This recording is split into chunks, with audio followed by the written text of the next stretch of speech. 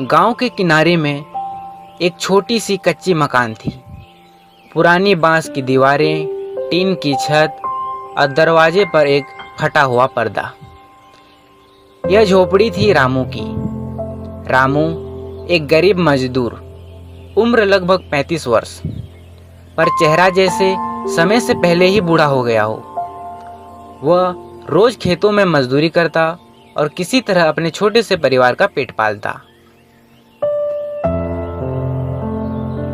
उस साल बारिश कुछ जल्दी ही आ गई थी। पहली बूंदें पड़ी तो गांव में खुशहाली फैल गई, लेकिन रामू का चेहरा डर से सख्त हो गया।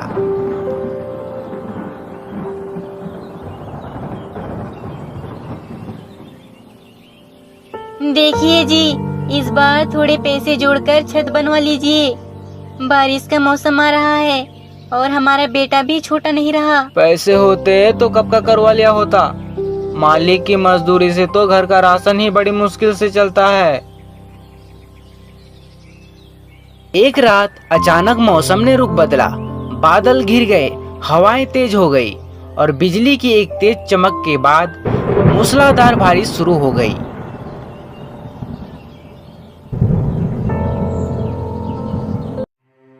भयंकर बारिश के कारण छत से पानी टपकने लगा। रामू अपने परिवार को लेकर घर के कोने पर खड़ा रहा, जहां पर पानी कम टपक रहा था। माँ, मुझे डर लग रहा है। बेटा, तो चिंता मत कर, माँ है ना तेरे साथ। तभी एक तेज हवा आई और रामू की छत को उड़ा ले गई।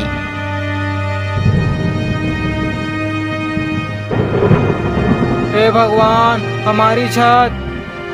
रामू घर से निकलता है और अपने छत को ढकने की कोशिश करता है। तेज हवा के कारण रामू अपने छत को ढक नहीं पाता और बारिश का सारा पानी घर के अंदर चला जाता है। थोड़ी देर बाद बारिश रुक जाती है।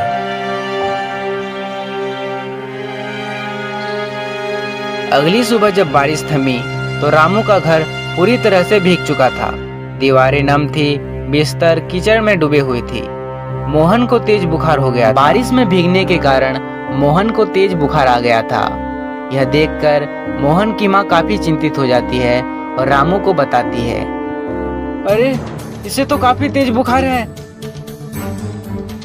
रामू अपने बेटे को गोद में उठाता है और सरकारी अस्पताल की ओर दौड़ने लगता है। डॉक्टर साहब, डॉक्टर साहब, डॉक्टर साहब!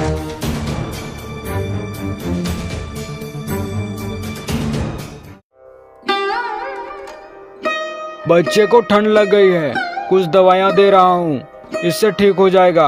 और हाँ, बच्चे को नमी से दूर रखो। रामू घर तो आ गया था, लेकिन अब उसके पास कुछ नहीं बचा था।